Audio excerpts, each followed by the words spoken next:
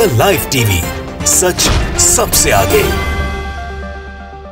BJP सरकार में रहते हुए भी बार बार अपनी ही सरकार से सवाल पूछने वाले सुब्रमण्यम स्वामी ने सीडीएस बिपिन रावत की मौत को लेकर बहुत बड़ी बात कह दी है। दोस्तों, एक तरीके से समझ लीजिए कि सुप्रीम कोर्ट में जाने की वो बात कह रहे हैं।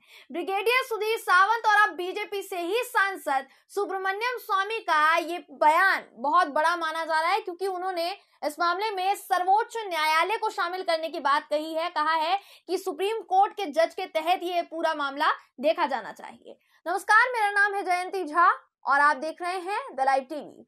दोस्तों, बीजेपी से सांसद सुब्रमण्यम स्वामी ने कहा है कि उन्हें बिपिन रावत की मौत, उनके हेलीकॉप्टर का क्रैश होना, जिसमें बिपिन रावत जी, उनकी पत्नी और बड़े बड़े सेना के अधिकारी मौजूद थे, ये मामला थोड़ा संदेहास्पद लगता है, काफी डाउटफुल लगता है। इसलिए इस मामले की जो जांच है वो सुप्रीम कोर्ट के जज की अध्यक्षता में होनी चाहिए। सुप्रीम कोर्ट को इसकी जांच करनी चाहिए। आपकी स्क्रीन पर आपको एक खबर दिखा रहे हैं। दोस्तों, इस खबर के मुताबिक, जैसा हमने आपको शुरुआत में ही बताया, भाजपा राज्यसभा सांसद सुब्रमण्यम स्वामी ने तमिलनाडु में हुए हेलीकॉप्टर दुर्घटना मामले में, जिसमें क्रैश हुआ उनका हेलीकॉप्टर बिपिन रावत साहब का, सुप्रीम कोर्ट के न्यायाधीश की अध्यक्षता में इस पूरे मामले की जांच करवाने की मांग की है। मीडिया एजेंसी आईएनएस से बात करते हुए सुब्रमण्यम स्वामी ने बात कही है। सुब्रमण्यम स्वामी ने कहा है कि यह सार्वजनिक मामला है। हमारे दुश्मन लोगों को गुमराह करने के लिए कई तरह के दुष्प्रचार कर रहे हैं, इसलिए इसकी वास्तविकता, इसकी तह तक जाने के लिए, तह तक सामने लाने के लिए, इसकी जड़ को सामने लाने के लिए मेरी ये मांग है कि इस दुर्घटना की जांच सुप्रीम कोर्ट के न्यायाधीश की अध्यक्षता में होनी चाहिए और सेना से जुड़े जितने बड़े अधिकारी हैं वो जांच के लिए एक्सपर्ट के तौर पर कमेटी में शामिल होने चाहिए, उसके सदस्य होने चाहिए। इसलिए स्वामी ने कहा कि कमेटी की जांच रिपोर्ट को सर्वमान्य बनाने के लिए ये जरूरी है, क्योंकि देश के लोगों को आज भी सुप्रीम कोर्ट पर ही भरोसा है। सुब्रमण्यम स्वामी ने ट्वीट करके भी इस मांग को उठाया। दोस्तों, न सिर्फ आईएनएस को इंटरव्यू दिया है बल्कि ट्वीट भी किया है। उन्होंने ट्वीट कर सीडीएस, उनकी पत्नी और कई वरिष्ठ सैन्य अधिकारियों की मृत्यु कैसे हुई ऐसा कहा। इस बारे में संदेह पैदा होता है, वो कहते हैं, इसलिए सरकार को किसी बाहरी व्यक्ति जैसे एससी जज द्वारा सरकारी जांच का नेतृत्व करवाना चाहिए। तो सुब्रमण्यम स्वामी ने यहां साफ तौर पर कह दिया है, क्लियर कर दिया है कि सरकार की इतनी बड़ी लापरवाही के बाद किसी पर भी भरोसा किया जाना नामुमकिन सा लगता है। इसलिए सरकार को किसी भी एजेंसी से इस मामले की जांच करवाने से बेहतर सर्वोच्च न्यायालय का सहारा लेना चाहिए और सुप्रीम कोर्ट के जज की अध्यक्षता में बाकायदा इस मामले की जांच होनी चाहिए। अब आपको बता दूं दोस्तों कि सुब्रमण्यम स्वामी ने न सिर्फ आईएनएस को दिए इंटरव्यू में ये बयान दिया है, बल्कि उन्होंने ट्वीट के जरिए भी ये जानकारी दी है। वो कहते हैं कि आपकी स्क्रीन पर आपको उनका ट्वीट दिखा रहे हैं। सबसे पहले तो वो क्या कुछ लिखते हैं आपको पढ़कर बताते हैं। वो लिखते हैं कि इस ट्वीट में सीडीएस, उनकी पत्नी और कई वरिष्ठ सैन्य अधिकारियों की मृत्यु कैसे हुई ऐसा वो लिखते हैं। इस बारे में संदेह पैदा होता है, ये काफी डाउटफुल है। इसलिए सरकार को किसी बाहरी व्यक्ति जैसे एससी यानी सुप्रीम कोर्ट जज द्वारा सरकारी जांच का नेतृत्व करवाना चाहिए। तो यहाँ कहीं ना कहीं सुब्रमण्यम स्वामी ने भी ये साफ कर दिया है, भाजपा से सांसद हैं, वो ये साफ कह रहे हैं कि सिर्फ एक हादसे के रूप में इस पूरी दुर्घटना को नहीं माना जा सकता है।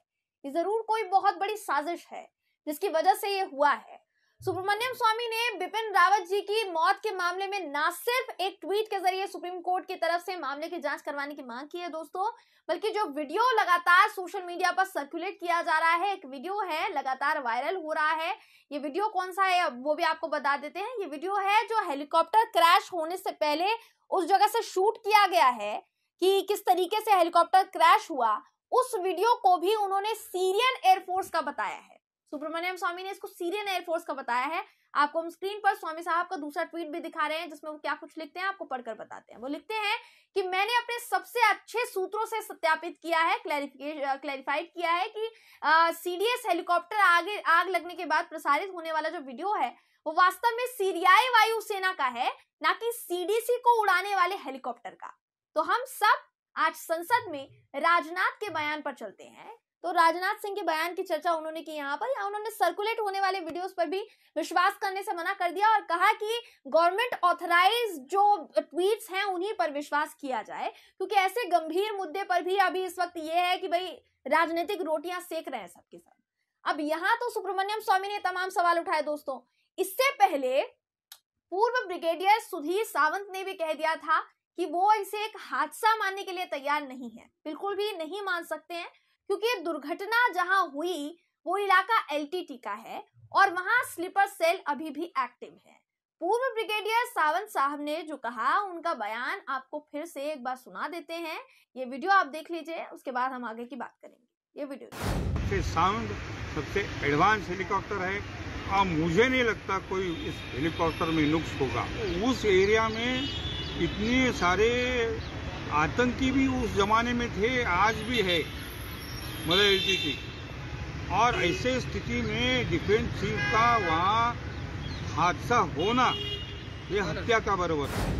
जी, तो सुधीर सावंत ने तो यहाँ साफ तौर पर इसे हत्या बताया है। उनका बयान इसलिए भी मायने रखता है दोस्तों क्योंकि वो सेना में ब्रिगेडियर के तौर पर रह चुके हैं और जाहिर सी बात है कि वो इस बारे में अच्छी तरीके से जानकारी रखते होंगे, क्योंकि उन्हें बतौर रक्षा विशेषज्ञ के रूप में टीवी डिबेट्स में भी बुलाया जाता है। यही वजह है दोस्तों कि वो इस कदर इस सरकार पर सवाल खड़े कर रहे हैं। एक तरीके से साफ तौर पर देख सकते हैं सीडीएस बिपिन रावत की मौत कोई साजिश तो नहीं है, ये सवाल बार बार खड़े हो रहे हैं। आप जांच के आदेश तो दे देते हैं, लेकिन भारत की जनता के दिमाग में ये सवाल अभी भी बरकरार है, अभी भी बना हुआ है कि आखिर ये सब हुआ कैसे और क्यों हुआ। हालांकि जांच अभी चल रही है और जांच से पहले कुछ भी कह पाना सही नहीं होगा, लेकिन सुरक्षा के इतने कड़े इंतजाम किए गए थे। तमाम मेन स्ट्रीम मीडिया संस्थानों के मुताबिक तो विमान ने भी सुरक्षित उड़ान भरी थी। तो आखिर यह हादसा हुआ कैसे? बहुत बड़ा हादसा है जिसे मजाक में बिल्कुल नहीं लिया जा सकता है। ना सिर्फ हमने सीडीएस को खोया, बल्कि अपने 11 और जवानों को खो दिया दोस्तों, जो सबसे ज्यादा धक्कादायक है। इसलिए देखना बेहद जरूरी है कि सरकार अपनी ही सांसद सुब्रमण्यम स्वामी की बात मानकर इस मामले की जांच पर थोड़ी और गंभीरता दिखाती है या फिर नहीं दिखाती है। हम देश की सुरक्षा व्यवस्था में दखल बिल्कुल नहीं देना चाह रहे हैं, देना चाहिए भी नहीं, क्योंकि ये देश का आंतरिक मामला है और ये बहुत बड़ा मामला है। सरकार निपटेगी तो ज्यादा बेहतर होगा, लेकिन कम से कम इस मुद्दे पर सब कुछ सरकार को साफ करके ही आगे बढ़ना चाहिए, वरना ये पूरे देश के लिए खतरा हो सकता है, क्योंकि जनता के जहन में काफी सवाल हैं इस वक्त। बहरहाल इस खबर पर आपकी राय क्या है, कमेंट करके जरूर बताइएगा। अगर आपको ये वीडियो पसंद आया हो तो वीडियो को लाइक और शेयर करना ना भूलें। फिर मुलाकात होगी आपसे किसी ऐसी ही खबर के साथ, तब तक के लिए नमस्कार। द लाइव टीवी, सच सबसे आगे।